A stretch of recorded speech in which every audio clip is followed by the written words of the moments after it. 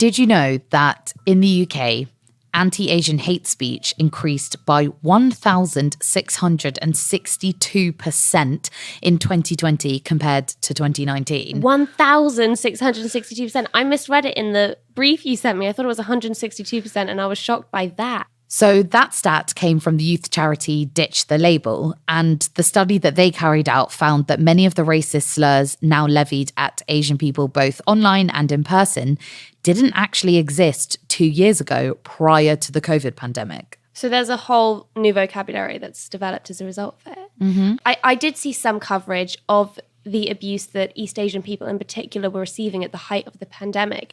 But, and I'm sure we'll talk about this plenty later, there also seemed to be a fair amount of coverage that actively exacerbated that abuse. Definitely. And there were so many shocking statistics that came out. But I also think that the rise in anti-Asian sentiment in the UK, or indeed the US or any other countries in the wake of the coronavirus pandemic, that didn't happen in a historical vacuum. Maybe people just weren't really listening before. The anti-Asian sentiment we're seeing is worse now, for sure, but it has never been non-existent. I know I've lived my life as a South Asian woman here in the UK relatively free from major discrimination, save from maybe some taunting at school or some choice comments in the workplace or men on Twitter telling me to go home whenever I speak about racism. But I do remember immediately after the Brexit vote was the first time I experienced a direct slur being shouted at me from an adult, from a stranger. Really? How did you feel when that happened? I felt a multitude of things. I felt really, really surprised and shocked. And I remember thinking, oh gosh, here we go. I also thought there wasn't much point reporting it because we were in a place where there was no CCTV, maybe a couple of witnesses. But I thought, how are you ever going to find a random person that just shouted at me? Is there a point putting myself through that? If there were a couple of witnesses, did you see shock expressed on anyone else's face, or did anyone else do anything to intervene? No one did anything. I wish I was shocked by that. And actually, that makes a point in itself that you didn't even think it was worth reporting. If you say that hate speech increased by over 1,000, nearly 2,000%, how many more people didn't report their experiences than did? And what does that mean the real trend might be? Well, that's exactly what I've been finding out. I'm heading around the UK to talk to people about the racism they encountered both during the pandemic and before, plus to find out if we're even getting the full story when it comes to Asian hate. And I'll see you back in the studio with some very special guests to discuss everything around this media storm. Kung flu. As the number of coronavirus cases goes up, feeling invisible, so do reports of abuse. Cases of the Indian variant have risen from 500 in Chinatown. You are the Chinese virus. That the virus leaked from Chinese laboratories. It's got to get really tough with social media sites. This virus does not discriminate. People do. Welcome to Media Storm, a news podcast that starts with the people who are usually asked last. I'm Helena Wadia. And I'm Matilda Mallinson. This week's investigation, Pandemic of Hate. We need to talk about anti-Asian abuse. I'm sitting here scrolling through statistic after statistic about how the fear surrounding coronavirus inflamed xenophobic attitudes around the world. And I'm also seeing how easy it is to find conspiracy theories online about China and about the origins of COVID-19. And I'm reading a lot about how the rhetoric of some world leaders at the time caused enduring harm to the East Asian community. COVID-19, that name gets further and further away from China as opposed to calling it the Chinese virus. So how much did the pandemic expose that anti-Asian sentiment that was bubbling below the surface? I'm Ellman, and I'm the creator of Scarred Not Scared. People like me wouldn't have even been given a voice without social media. There are all these TikToks at the moment with these guys proclaiming that they won't date fat women. Just sat here reading the comments on my 3 Ways to Sunday. Michelle Ellman is a life coach and author with a huge social media following. Her following was amassed when she started talking about body confidence and embracing body scars under the username Scarred Not Scared. Her TikToks have amassed over 7 million likes, but at the height of the pandemic, she felt pushed off the platform due to the racist abuse she was receiving. Michelle lives in London, and I'm on my way to talk to her now to find out more about her experiences online during the pandemic.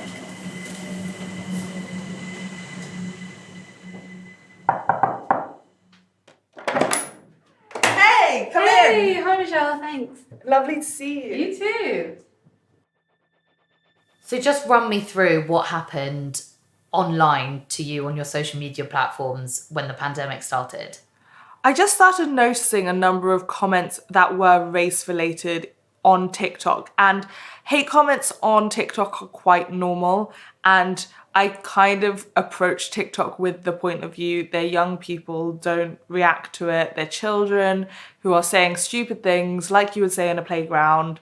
And it was only when it started becoming so overwhelming, I wasn't seeing any other comments on there, that I really was like, this is different. And so different that videos of mine were actually going viral simply for the fact that every comment section was being filled with racist comments. And can you tell me what were the sort of most common kind of comments you were getting? Off the top of my head, it was things like, Ching Chong Chinese man, you're the reason I can't see my family, you caused coronavirus, your family want to eat bats and that's why I can't see my family, your culture is disgusting, your culture is gross, calling it Kung flu and all of these things that were going around at the time, or even just China virus, like that perpetuates so much racism and puts it on a certain group. And because everyone sees Asians as the same, it wasn't just affecting Chinese people, although of course I am Chinese. You said that you mentioned Kung flu and the China virus, and those were both things that Donald Trump said. Yes. How much do you think that affected the way that people viewed Chinese people during the pandemic? Huge amounts. And I also think it was a knock-on effect because he starts using it, other politicians start using it, it becomes normalized. Some people are using it naively because they just thought that's what it's called, in the same way that we called it Spanish flu. So it becomes this commonly used term, but then you have a target for blame. And when there's so much fear running around, people want someone to blame. And so it became a thing of, if you're Chinese, you're part of the problem. Social media is completely vital to your job and your industry. What was the impact? Did you use it less? Yeah, I stopped posting for about 3 months. There was just a point where I had to come offline completely. I remember at least 2-3 phone calls to friends crying about it. And many phone calls to my agent being like, I need someone to do something about this. And my agent reaching out to people and nothing was done. TikTok itself says that attacks on the basis of protected attributes such as race go against its own community guidelines. Michelle reported the racist abuse she was receiving to 2 people who worked at TikTok. One apologised, but no action was taken. Let me ask you, had you experienced any specific online anti-Asian abuse pre-pandemic? I think I've always had more comments surrounding my weight and my scars. So I can't say if it was there, I noticed it as much, but I think there is racism in the fact that, especially before the pandemic, before the Stop Asian Hate movement, I had been in rooms of influencers when I talked about racism and talked about the lack of representation and how there are next to no Asian creators, especially in the plus size community. I would be told things like, oh, well, you're just playing the race card. You mentioned earlier that you were getting quite these comments from quite a young audience. How young are we talking? I don't know. It's always hard to tell because they're more anonymous, but there were definitely times I would click over and they had videos on there, and the youngest I probably saw, I would guess, would be about 5 years old. 5 years old? Yeah, that young. What would you say to sort of the parents of these children that were posting such horrible things on your TikTok? I think you can't assume your kids know to be anti-racist. So your avoidance of the conversation is part of the silence. And so you actually need to have an active conversation about racism even if your child is white. And the reason why I say even if your child is white is because if your child is a person of color, the likelihood is they're having that conversation because they have to. Chinese kids come home crying about different comments. And so we have that conversation already. Whereas if you're white, you might not have to have that conversation, but actually realizing, no, you do have to have that conversation and being really aware of your own biases. And it might not be explicit racism, but we all have our own biases. And a lot of the things around Asian racism specifically haven't been discussed. I've been standing up for Asians for years. I think the first article I wrote about Asian discrimination was in 2016 for the Metro. But the appetite for having these articles written or even posting it on my page and then the engagement and my audience actually responding to it, if you compared it to my normal engagement, was nothing. Every time I wanted to talk about racism, no one was hearing it. Whether it was me wanting to write an article about it or whether it was me actually in a room with a fashion company saying, hey, you don't have a single Asian on your entire newsfeed. Like, you need to change that. So it's parents, it's brands, it's companies, it's PR agencies who become gatekeepers for these events. It's all of it. But we haven't had a conversation about it because it's not been seen as a legitimate enough issue until, unfortunately, a number of people had to die this summer. While hate comments and conspiracy theories were affecting East Asian people like Michelle online, hate crimes were happening offline too, some with devastating effects. In February 2021, Dr. Peng Wang, a lecturer at the University of Southampton and originally from China, was out jogging when a group of 4 men drove past in a car shouting abuse at him. They circled around him in the car several times. When confronted by Dr. Wang, the men got out of the car and proceeded to punch and kick him to the ground. It has been confirmed the incident was racially aggravated. There was a car that in the other side of the road. There was a man who sat behind the driver, who opened the window and shouted at me by using racist words. Chinese, fuck you, get out, Chinese virus. So immediately I noticed it was a, racist attack. So I shouted back. They stopped their car. Then I went to the car. I shouted at them, why you shout at me? I touched the window of the car. Then the driver, went out of the car and attacked me on the street, on the ground. I'm looking at a photo of the aftermath of the attack now, and it's horrible to see that there's blood across your nose and your mouth, and it's so upsetting. What was the physical trauma that you needed treatment for? It's mainly, about my nose. Yeah, even now when I touch it, it's still, it's not as well as perfect as it used to be. So fortunately, the bone was intact. Yeah, so it's mainly about bruise and also my elbow. But after 2 months, I would say I was almost healed. We've spoken about the physical effects of the attack, but what has been the effect on your mental health? Have you felt safe in Southampton, in your community, since the attack? Yeah, obviously no. Yeah, I can remember, after the attack, when I took my son out, I felt nervous, to be honest. If they attacked me, how can I protect my son? Before the pandemic, had you experienced racism in the same way? Yeah, I would say yeah. So I can only recall, that there was once I went to the Burger King in the city center. Some teenagers around 12, 13 years old. Yeah, they said "ching chong" to me.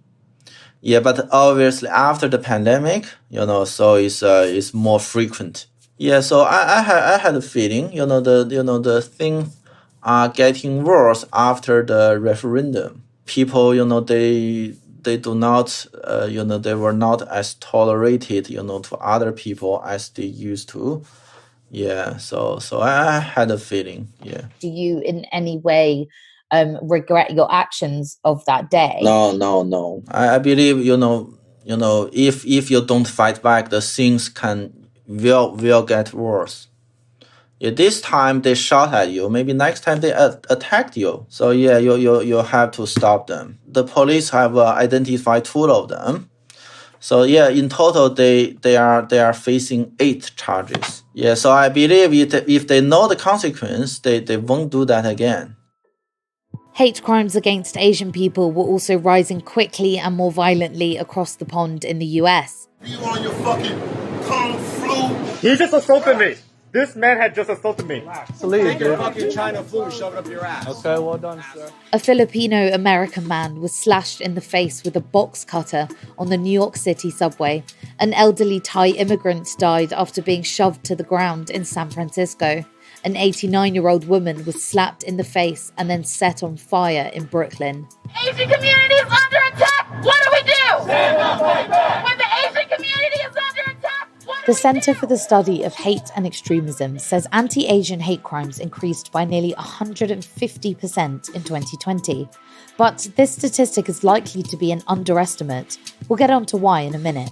The US Congress responded to the increase in Asian abuse by enacting the COVID-19 Hate Crimes Act, signed by President Joe Biden on May 20th, 2021. We heard how too many Asian Americans have been waking up each morning this past year genuinely fearing for their safety.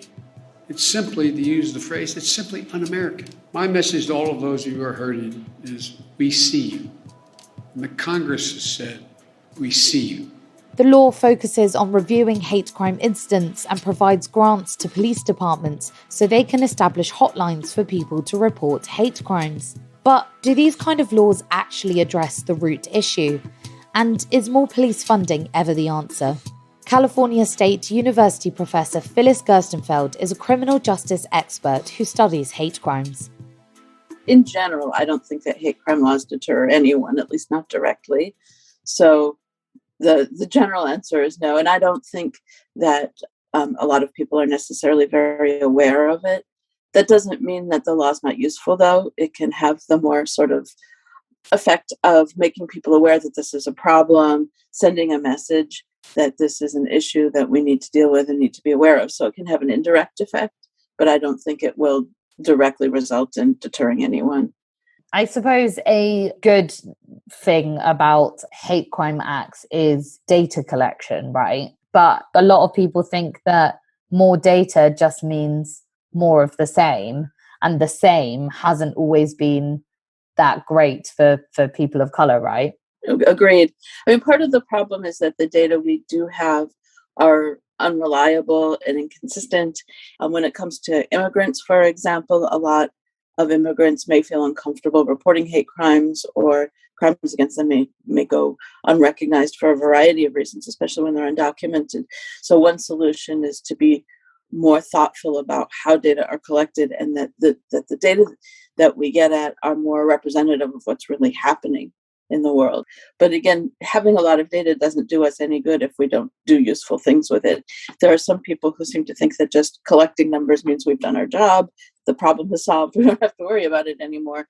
And that's only a very beginning step in the process. A really big question is, are hate crimes specifically difficult to prosecute? Hate crimes are extremely difficult to prosecute. They're just about the only crime that requires a prosecutor to prove motive beyond a reasonable doubt. And it's really hard to prove motive. Even people who are acting may be unaware of their own motives. All of the people who are involved in a particular event may have very different perspectives of what happened. So a victim may view something one way, the police may view it another, witnesses another way, lawyers another way. So they're extremely difficult to prosecute. Very few prosecutors have a lot of experience or training in dealing with hate crimes, and in many cases, they just won't touch it. I guess a lot of people think that hate crime bills don't address, as you were saying, the kind of root cause of why crimes happen. But in general, is that something that could be addressed or measured by a government? I think so, but in a sort of indirect way. So one way a government can do that is by funding research, putting money, I guess, where our mouths are, and encouraging researchers to really look at what's going on, and then drafting policies that's responsive to that research. Things like training, education, rehabilitation programs, all of those things are things the government can sponsor. But it can't do those things well if it doesn't know what the real problems are and what really works. A lot of attention is paid to sort of organized extremism, because it's most obvious. We can see them, marching in the streets. But the research says that's not who commits most hate crimes. Something like, it's estimated maybe as much as 95% of hate crimes are committed by people who don't belong to any organized group. So I think if we put more focus on understanding why those other 95% of people are committing these crimes and what we can do to intervene and prevent, that could be really useful. Lawmakers have perhaps overlooked the most important piece of the puzzle: prevention of racism. But does our media teach us to be actively anti-racist? That takes us back to the studio. Thanks for sticking around.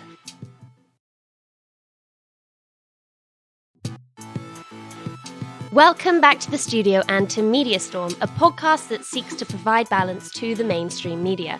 Some mainstream medias often forget to speak to people with lived experience of the issue, so we want to provide a space for those people often found caught in the eye of the media storm. Today, we are talking about anti-Asian discrimination and racism, and with us are some very special guests. Our first guest is Editor-in-Chief of Vice UK, the author of the Forgotten Women series, and host of United Zingdom, a podcast about what it means to be British. It's Zing. Thank you so much for having me. Hello. Thank you so much for being here. Our second guest is a journalist and producer. You may know him from the podcasts Trash Future, Human Error, and 10,000 Posts.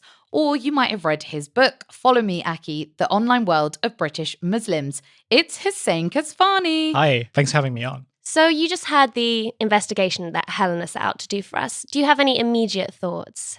It honestly doesn't surprise me what's been happening over the last 2 years now, the rise in pandemic racism, because I've experienced it myself. Was it tangibly different from before the pandemic? I would say on a good year, and this is going to depress a lot of people, in a good stretch, I could go for maybe a year without someone saying something that I could point to and be like, yeah, that's racist as hell. Now it was happening every few months, every month. It would be happening online. It would be happening offline. Just last week, I was on the street, let out a bit of a cough, and a cyclist went past and just shouted coronavirus at me. People feel more comfortable saying it. And it's for the reasons that you have political leaders signing off on this kind of language and saying to people, essentially, it's okay if you call it the Chinese flu. It's okay if you use racist and discriminatory language, because here's me doing it in a press conference. Hussein, as somebody that is, and I'm sure you won't mind me saying, extremely online. When we heard about the investigation about the comments that Michelle was getting on TikTok from people who were as young as 5 years old, what's your reaction to that? Yeah, it's really sad, but it's also incredibly common that especially the most extreme vitriol will sort of happen online, where people kind of feel like they have much more license to be much more directly threatening to people. There's also different axioms of vulnerability as well. It's a really vulnerable place to be in, right? You're really putting yourself out there for lots of people who want to be abusive, and and this isn't just about racial abuse, it's all different types of abuse. They know that social media is extremely effective because they can really kind of get into those vulnerabilities and it can really disorientate you. One of the questions we want to ask here is how responsible the mainstream media have been in encouraging this. What role have they played? Particularly looking at how the pandemic was reported on. I was working on a video team at the time, and I remember all of the press agency footage we were getting in for any news videos remotely connected to the pandemic were filmed, and this is completely serious, were filmed in Chinatown. It was just general images of British Asians with masks in Chinatown. There was a really lazy impulse for mainstream news outlets to just go for the lowest common denominator and think coronavirus is a story coming out of China, so therefore we have to somehow illustrate it in a Chinese way. And the understanding of what Chinese culture is in the UK is so narrow that the first thing that many people think of is literally just Chinatown. That's the really, really sad state of affairs. It's always Gerrard Street. It's always something to do with lanterns in a breeze. Yeah, and I think that just speaks to overall the complete lack of representation of any kind of Chinese culture in the British media. It is literally just seen as women in Cheongsam, floating lanterns, Chinese acrobats in Chinatown. It is so limiting for Chinese people, Chinese journalists, Chinese actors, Chinese creatives. And then you have something like the pandemic coming along, and then all of a sudden the only image that people think of when they think of anything Chinese is Chinatown. I used to, when I worked in media covering like terrorism stories and stuff, I would always be sent to Whitechapel, or I'd always be sent to places in East London where it was mostly like Bengali immigrants who have been here for a really long time, to ask them about people that they don't really know and like who they don't even sort of share like an ethnic lineage. And to me, it always like reflected this kind of obsession with simplification and this obsession with superficiality that so much of media has, partly to do with the kind of demands of the news business, the idea that stuff has to be out and you have to be faster than everyone. But the second is also just like a very ingrained sense of racism and an ingrained sense of superiority. It basically boils down to the fact that not a lot of people bother to understand the differences between these cultures and communities in the UK. Yeah, it's like BAME. Exactly. Like, I've always thought how strange to pack an entire continent into one little letter of an acronym of several minority ethnic groups. It would basically be like me as someone who comes from Singapore and an English person coming to Singapore and, you know, visiting me and saying hi. I would basically be like, oh, hey, I've made you a really nice meal. I've made you some schnitzel. Like, this is your culture, right? It's exactly, I mean, it's kind of the same, right? Fish and chips, schnitzel. You really chose the worst European country for food there. Like pasta, Controversial, maybe. Matilda. I definitely think that East and Southeast Asian people bore the brunt of this kind of racism. And then a bit further on into the pandemic, we started getting coronavirus variants from other places. And genuinely mainstream media outlets were, and their news anchors were sitting there using the words the Indian variant, not even the scientific name of it or the variant that was first identified in India. It was genuinely the Indian variant. And, you know, I know personally at least 2 people who were verbally abused, told, stop bringing coronavirus over here. And that's only the people I know about, let alone the amount of people that were talking about it on social media. I think a lot of people at the time, when we started talking about maybe we should be saying the Delta variant, saw that as political correctness gone wrong. Yeah, okay. As people who actually live the consequences of language, I wonder what you would say to them. Yeah, like, well, yeah, the whole like obsession of wokeness has also like come out in the past like 2 years, like, or in the past kind of couple of years, and like crucially in the context of the pandemic. So now everything that you don't like is like woke. With the Indian variant, I definitely know from like families and friends, especially those who were like running like in service businesses, like running short shops and stuff, that they kind of had received a lot of abuse, a lot of racial abuse as a result of it. And that was on top of like the abuse that came with being an essential worker that like, you know, everyone who worked in a kind of like service economy job faced in some way. Hussein, you mentioned wokeness, and I think what we're going to talk about next, I think so many people, as we talk about it, would probably roll their eyes and be like, oh, you know, PC Brigade can't say anything these days. But in December 2020, there was an advert for Domino's Pizza. And in the advert, a group of friends were sat around and they were deciding what to order for dinner.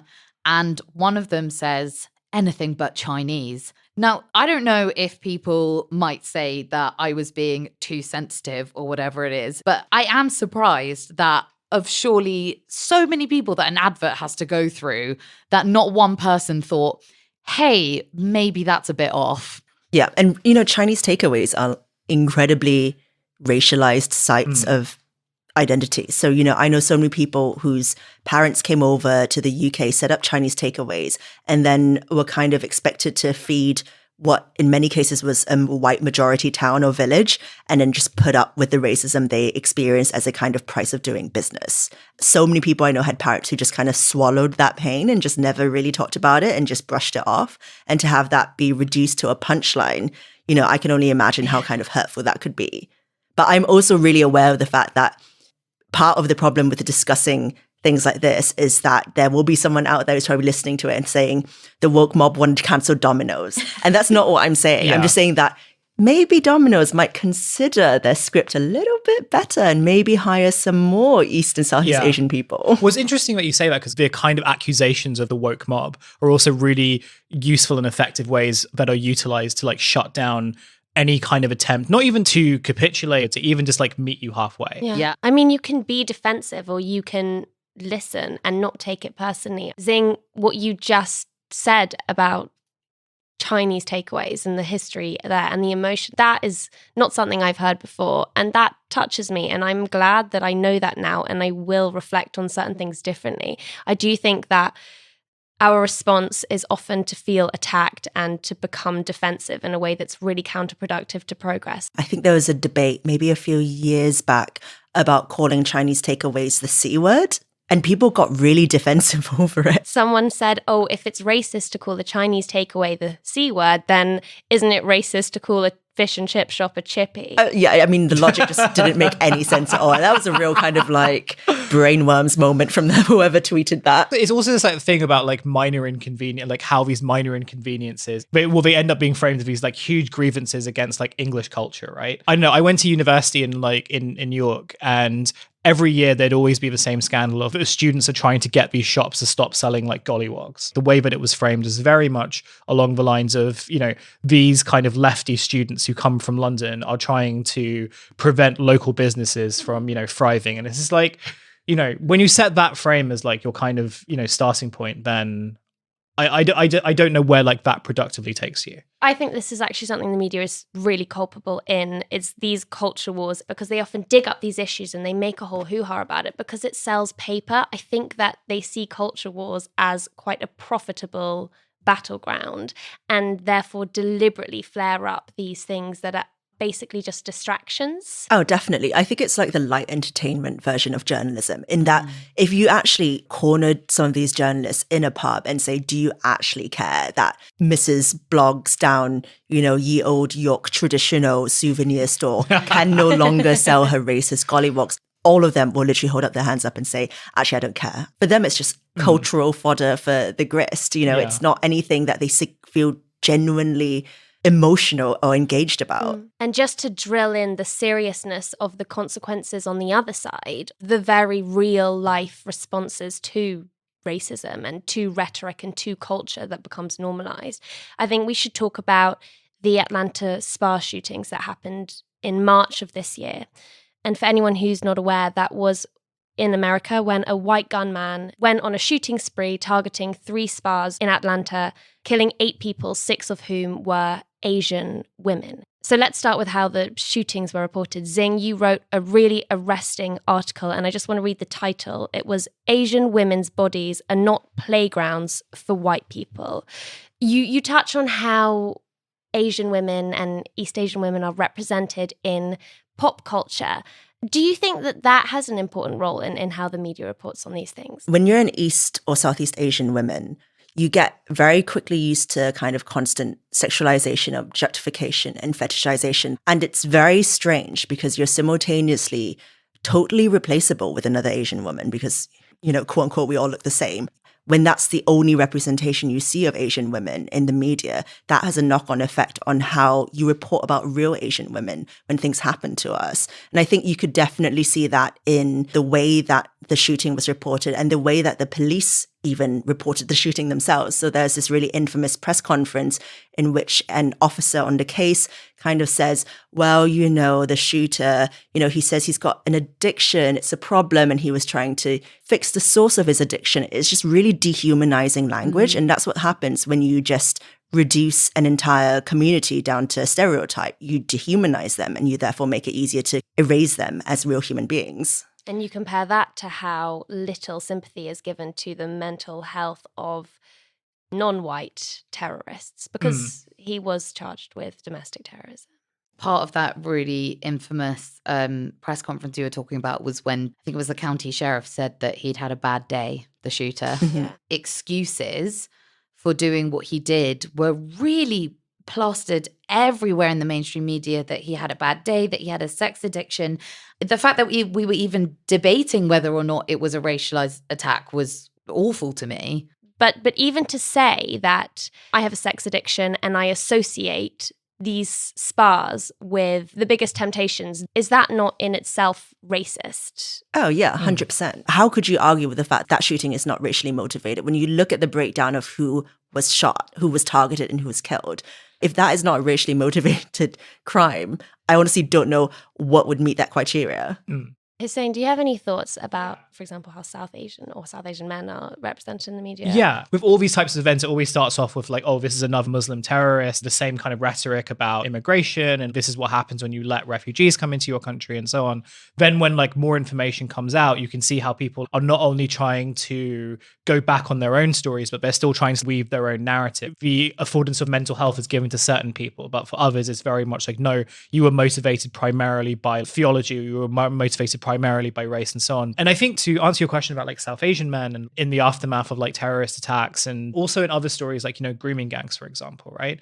Immigrant men, and particularly dark-skinned immigrant men who are like threats to your nation and like threats to your race and threats to the spiritual health of your country. It's always largely like fixated on this idea of the immigrant savage, the foreigner who just by virtue of doing something morally apprehensible is not subjected to the individualistic moral failings that are afforded to like people who are white or people who are not come from immigrant backgrounds or like who are not Muslim. It's always sort of framed as culture wars. And it's always framed as like clash of civilizations. But I guess the point that I'm trying to say is that when it comes to people of color, very often these people are like commodified and they're sort of used to particular ends in order to kind of they're objects that are there to tell stories rather than individuals who have agency over their own actions. I think British Asian people are seen as perpetual foreigners. That's how I feel anyway. You know, if we watch not so much now, there's a lot of new and varied representation, I think, coming up in TV and film. But I mean, before it was what? Cab driver, newsagent, terrorist. Yeah. Geek. I mean, what? I had Bend It Like Beckham, then nothing for 20 years. That's how I feel. I think a lot of it has to do with what's commonly known as the model minority myth, which is basically stereotypes of Asian people, such as Asian children being geniuses or like musical legends at the age of 2. Those myths kind of portray Asian people as polite and quiet and law-abiding in a place that isn't really their home. The whole model minority myth is used as a kind of wedge to drive home the differences, the supposed differences between different ethnic communities, right? You know, the academic achievements of East Asian people are used as a kind of stick to beat other communities with, to say, look at this ethnic minority, they've done really well. Look at their college admissions. You know, they're acing school. So what excuse does your community have? Well, if you only tried harder, if you assimilated better, then you could be just like these guys. And to basically kind of perpetuate the idea that if some immigrant groups do well and others don't, then that's a problem on them. It has nothing to do with their relationship to the state. It has nothing to do with their history. By extension, then there is no obligation for the state to do anything proactive to like help them in their experience or to help them in terms of like how they kind of navigate like quite a hostile, a pretty hostile environment. Time now to look at current headlines, and we're going to be talking about the story of Azim Rafiq. So just to catch up anyone who doesn't know, the cricketer Azim Rafiq has exposed experiences of racism, harassment and bullying during his time playing for Yorkshire. One of his many allegations was against the former England captain Michael Vaughan, who he alleges said, quote, "Too many of you lot, we need to do something about it," to Rafiq and 3 other Asian players during a match for Yorkshire in 2009. Vaughan, as a result, will not be part of the BBC's coverage of the Ashes in Australia, and the BBC has said that that would be a conflict of interest. We want to talk about an article that was in The Telegraph. The headline, BBC under pressure to reinstate Michael Vaughan as Azim Rafiq says furor, quote, made bigger than necessary. Hussein, why don't you lead the charge on this one? This type of reaction is very familiar. This idea of like, oh, you're making a mountain out of a molehill and like, you're over exaggerating. This stuff is in the past and so on. Basically, like it's this kind of really pure example of minimizing what is a really like horrific problem. I watched Azim Rafiq at parliamentary hearing. He either like was very close to breaking down to tears or he actually did. You could kind of see just how like heartbreaking it all was. So when you like kind of read this headline, which is, it reminds me a lot of like how racism was dealt with when I was in primary school and secondary school. The language used throughout this article and in the headline is so interesting. The article referred to it as a furore. Azim's actual comment where he says the quote made bigger is actually quite vague to what he's referring to. I mean, everything in this article, from the language to the omissions to the inclusions, is very agenda specific. I think that that's the dangerous thing. It's not a piece of reporting. This is a piece of opinion, but it is presented as a piece of reporting. A lot of the packaging of the quotes is very decontextualized and misleading. I think that the final paragraph of the article is probably the most overtly biased. Honestly, I was on the edge throughout this whole article, and the final paragraph tipped me over the edge. I'll just read a few lines from it. Sky footage also shows Vaughan greeting a smiling Rafiq during the pre-match huddle in which he is alleged to have made the comment. Yeah, like that's so loaded, right? Because you're essentially implying that Rafiq has made it up. In the sense that, why would you smile at someone who said something racist to you? It's a form of telling people, actually, you thought you experienced this, but actually, we don't think you did. And even if you did, it doesn't matter to us. It's also kind of absurd because it's whenever any of us have really faced any kind of like abuse or harassment catches you really suddenly, your impulse really is not to react, especially when you sort of know that you're in public, right? I don't know about like everyone else, but I definitely know for me, I kind of learned how to process a lot of that very, very privately. Of course. Especially when you're in institutions, whether they're in like particular schools, universities, newsrooms, and so on. Newsrooms in particular, I would actually say, when you have to like navigate that type of abuse or that type of harassment, your kind of default is to sort of just like get on with your day and then really process it afterwards. So the idea that like, oh, how could he have been racist if like Azim Rafiq was smiling and like not reacting? How could that be possible? You know, again, I think you're right about like, this is very much a news piece that is like disguised opinion, or at least kind of like opinion positioning. I mean, I guess like at a base level, yeah, this is like very classic victim blaming, but it's also, you know, and I hate using this word really lightly, it is very, very clear gaslighting. I think something else interesting about this article was that there are multiple mentions of Azim Rafiq's old Facebook messages from 2011 in which he used anti-Semitic language, which he has apologized for. On the flip side, they failed to mention Michael Vaughan's old social media posts, how in 2010, Vaughan tweeted, "Not many English people live in London. I need to learn a new language."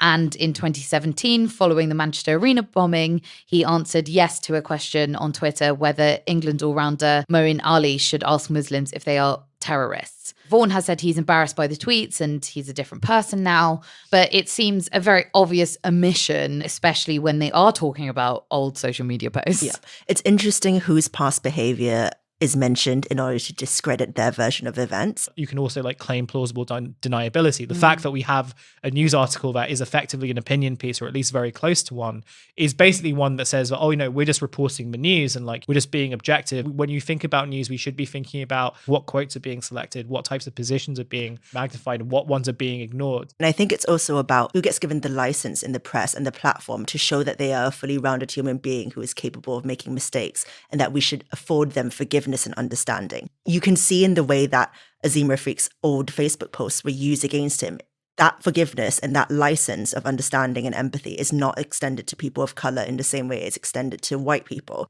Please, can we also talk about the fact that Monty Panesar's views are given 2 whole paragraphs in this article, and he has nothing to do with the incident in question? From what I understand, his thing is like, oh, they should just like, he should just be focusing more on his cricket, or South Asian players should be focusing less on racism and more on cricket. There's a toughen up. And yeah, and again, it's very much you're the type of immigrant that we like, because you're the one who will basically say that your solutions to your problems are just to like, you know, hustle and grind more, right? 100%. And just to kind of prove yourself, and that's when people will respect you. There's this really sad element to it as well, where for so many immigrant communities who came to Britain and like, you know, faced all this hardship, the reason why they accepted this was because they knew that they weren't going to get any support or help anywhere else. With our generation, like, you know, 2nd, 3rd generation immigrant kids who like were born in this country, you know, we have these expectations. And I think this is the first time that this media class that could just ignore minorities, because most of them were like working class and like didn't really have any kind of opinions that were valuable to them. This is the first time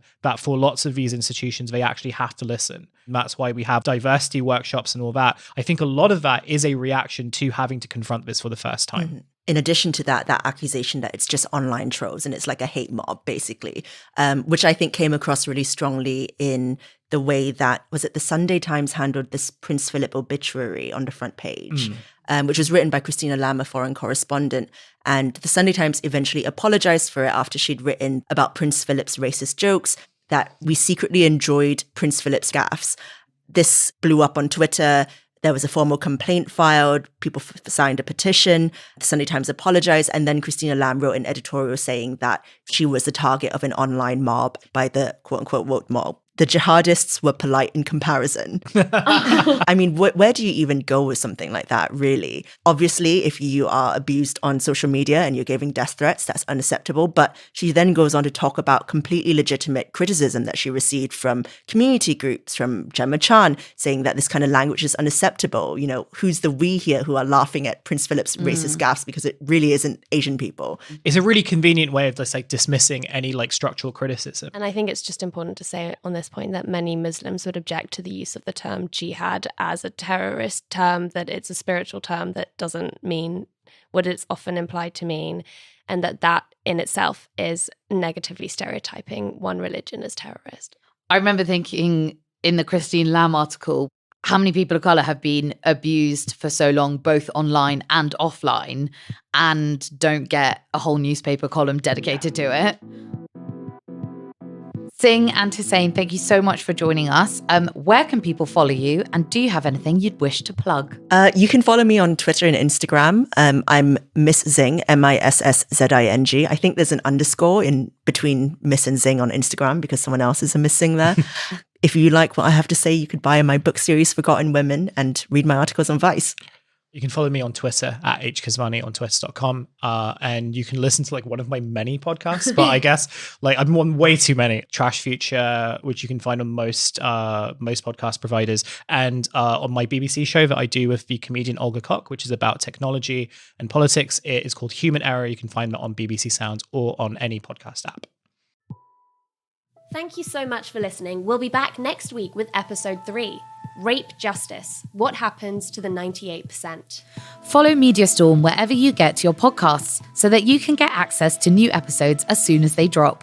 If you like what you hear, share this episode with someone and leave us a 5-star rating and a review on Apple Podcasts. It really helps more people discover the podcast, and our aim is to have as many people as possible hear these voices. You can also follow us on Twitter, Instagram and TikTok at Helena Wadia, at Matilda Mal, and at Mediastorm Pod. Get in touch and let us know what you'd like us to cover or who you'd like us to speak to. Mediastorm, a new podcast from the House of the Guilty Feminist, is part of the Acast Creator Network. It is produced by Tom Selinsky and Deborah Francis White. The music is by Samfire.